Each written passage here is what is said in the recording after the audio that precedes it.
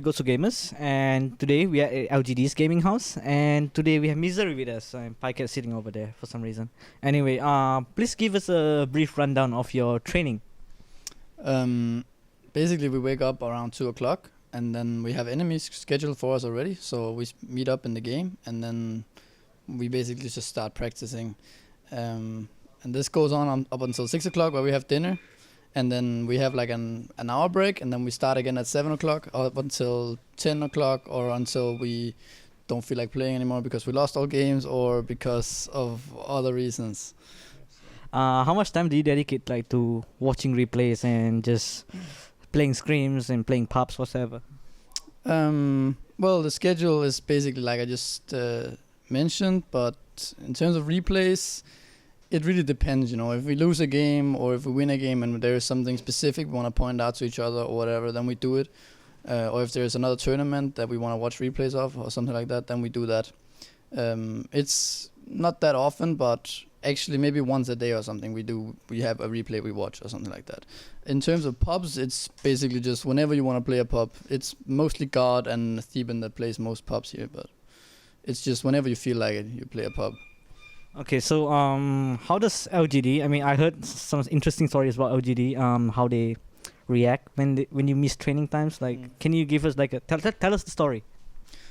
Well, first off, if we're not awake at 2 o'clock, we get fined, and that goes up if you do it more times, then you get fined more each time. But actually, they're really nice. I mean, we can have a free day whenever we want, if we feel like it, or if we just feel like practicing one team, or if we don't feel like practicing anymore, we can do that.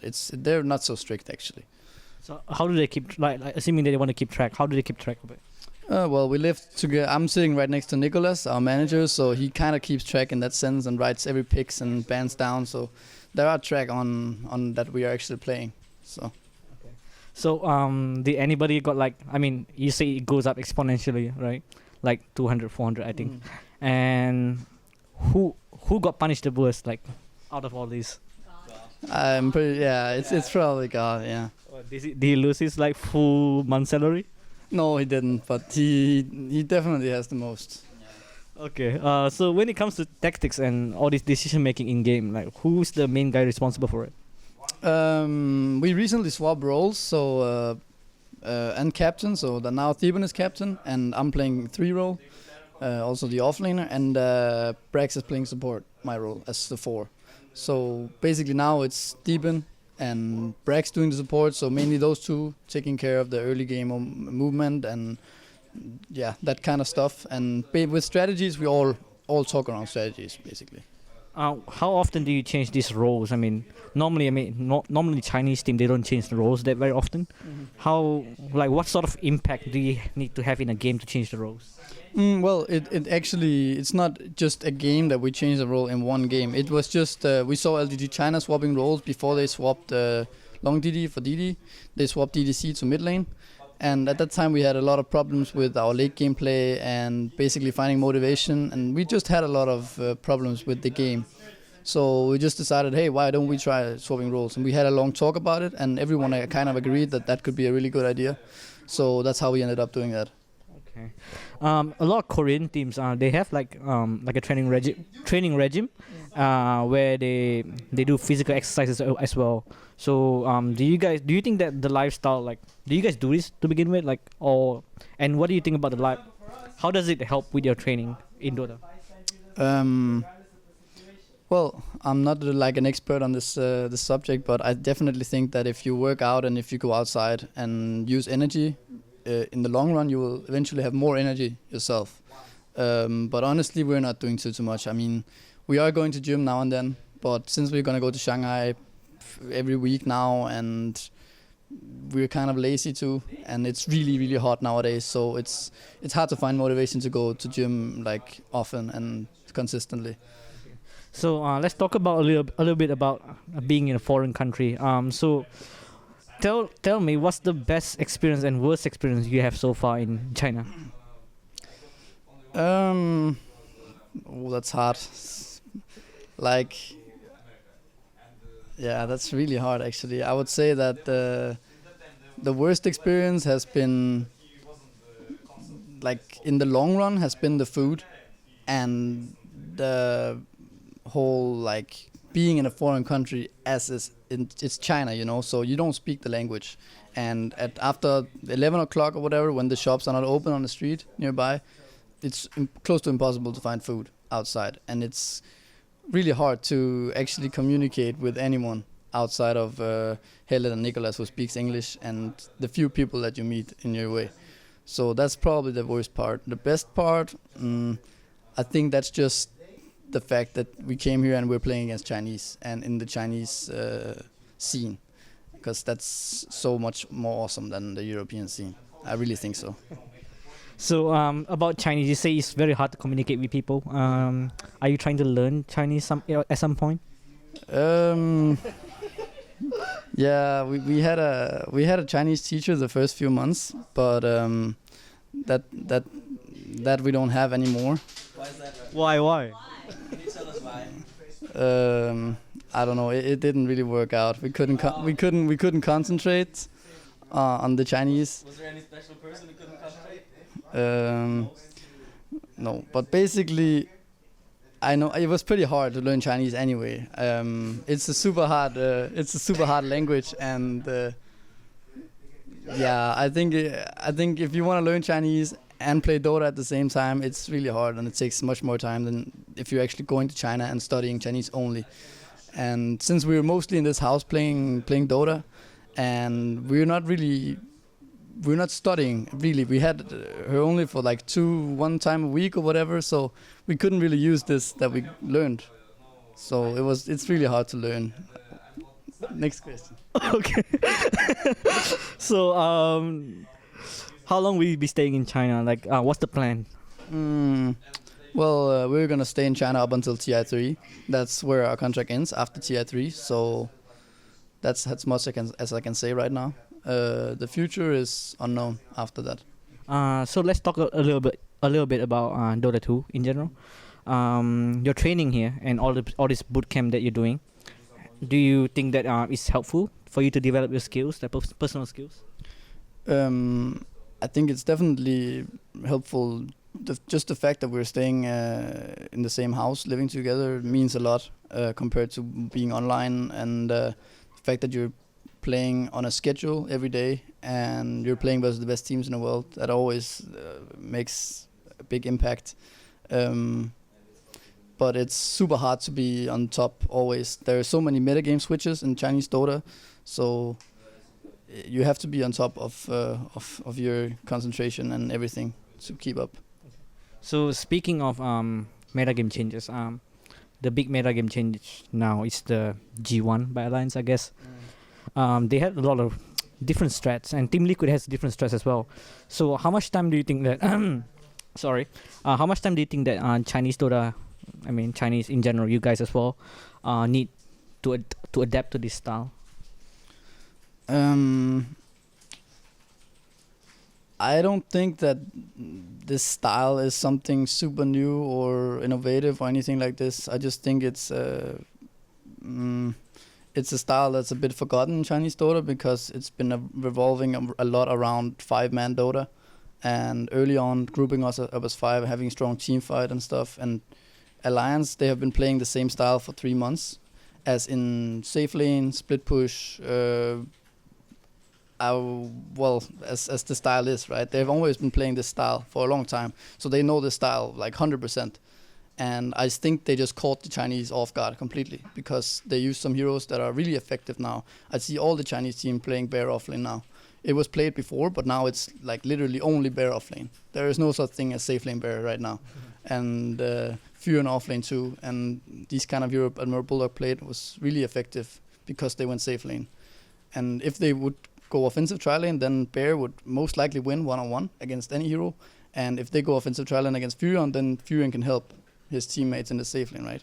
So this is what the Chinese are working on right now, trying to solve, like, how do we fix these kind of problems with these two heroes.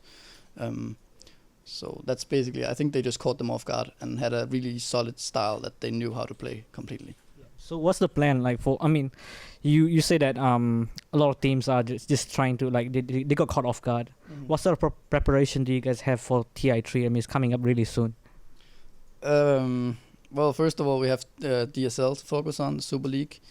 TI3 is still in 2 months, and I know there's another update coming up before TI3, and it's hard to say. I have an idea about what heroes will be played in TI, but right now a lot of things can still happen. Like I said, like the metagame in China literally switches every week, basically, because teams are trying to counter each other's strategies all the time. 1 week it's DK and Alchemist in the same lineup. Next time it's like back to Coddle PL or whatever, you know. So it's now it's, for example, as I'm seeing VC Gaming second picking Kunkka, and this hero has never been picked in China for a long time at least. So, you know, the game switches all the time, so it's really hard to say about TI3.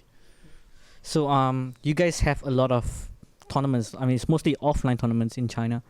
And do you think it's like a big hassle for you guys to go to DSL? Because it was really hard for us to come here, to even come to Hangzhou to begin with.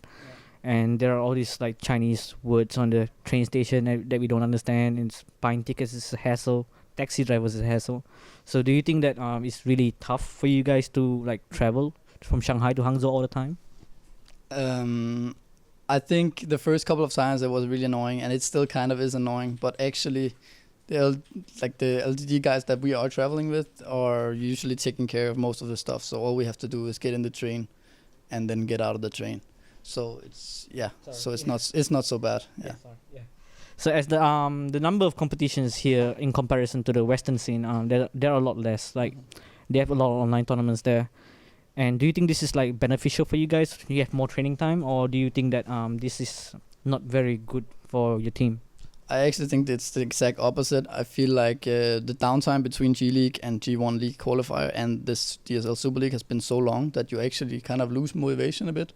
We basically haven't played a single official game for like 2 months. We had like one GST or whatever, but that's it, and that's online.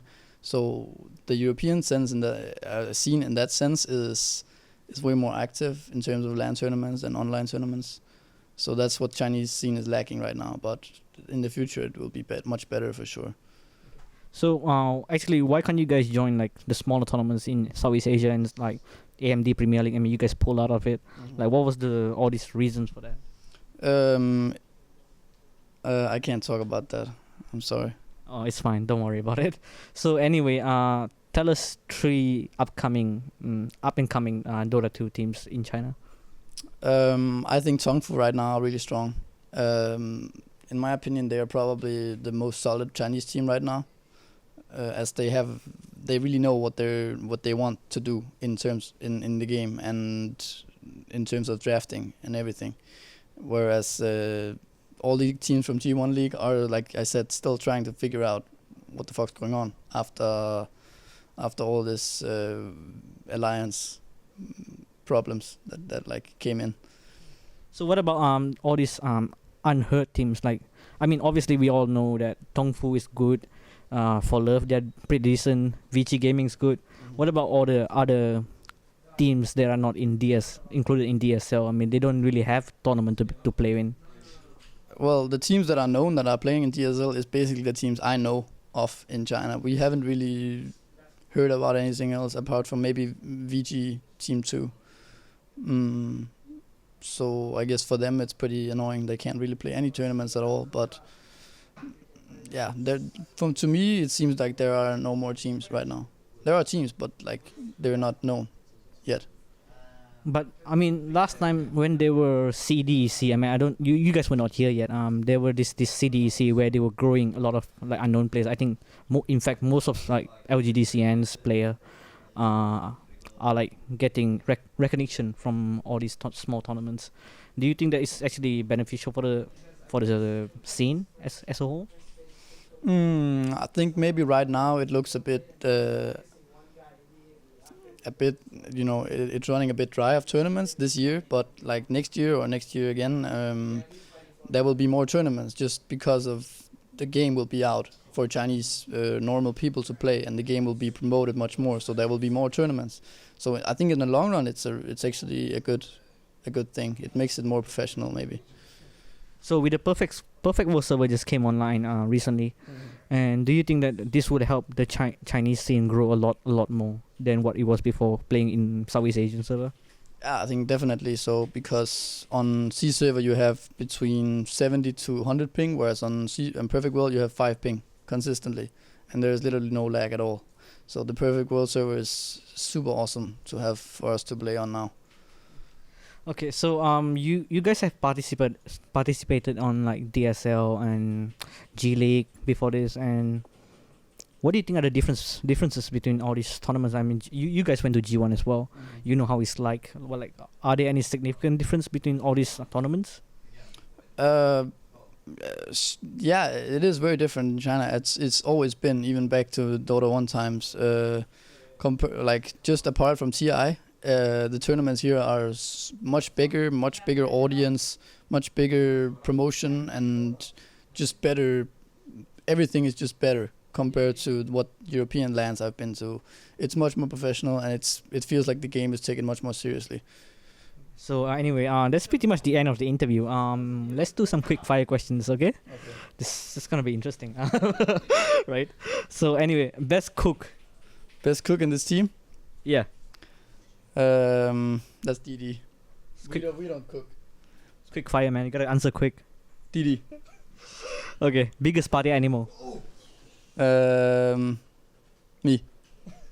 Split push or 4 protect 1? Split push. Next permaban or first pick hero to join the meta game? Next permaban Visage. Winner of DSL. LGD International. Most lazy guy in LGD International. God. Is this confirmed by Booba? Definitely.